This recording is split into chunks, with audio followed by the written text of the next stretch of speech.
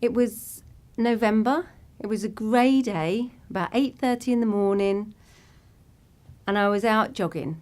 There was absolutely nothing in front of me apart from a clear road, and all I could hear was a lorry accelerating that was coming out of the village that I'd just left. And then, bang, massive bang, complete blackness.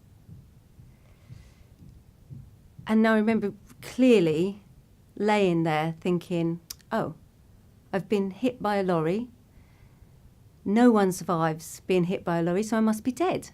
So I was waiting for the light, sort of confirming that I was truly dead, waiting for this light to open up.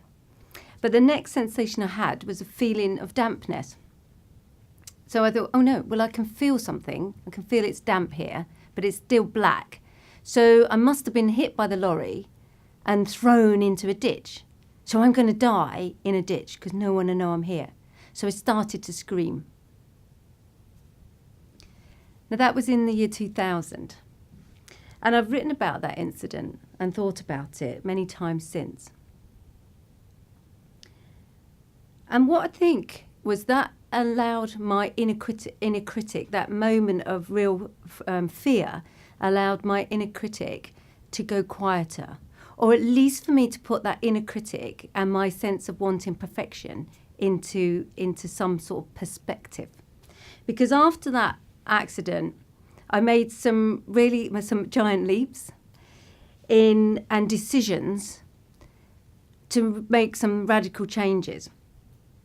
Things up until then, I'd been waiting for the perfect solution, the right answer to something, and listening to my inner critic saying, it wasn't good enough, it wasn't perfect, I hadn't got the right solution. It's that thing about wanting to be more expert than anybody in the room, any experts in the room.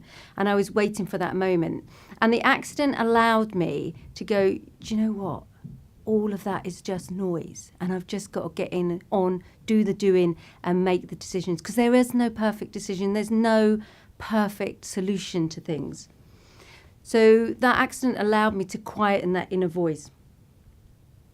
And I work with many, many people that are slowed down and their impact is diminished because they're waiting for this perfect solution to something, or they're listening to this inner critic. And there is no perfect solution, of course.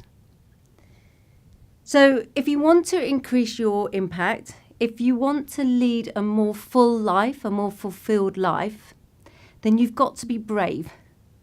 You've got to see bravery as your friend and perfection as your enemy. Because if you don't, you are likely to stay on the grid and not really get your skin in the game, not really get in the race, because you're so busy trying to get that perfect solution.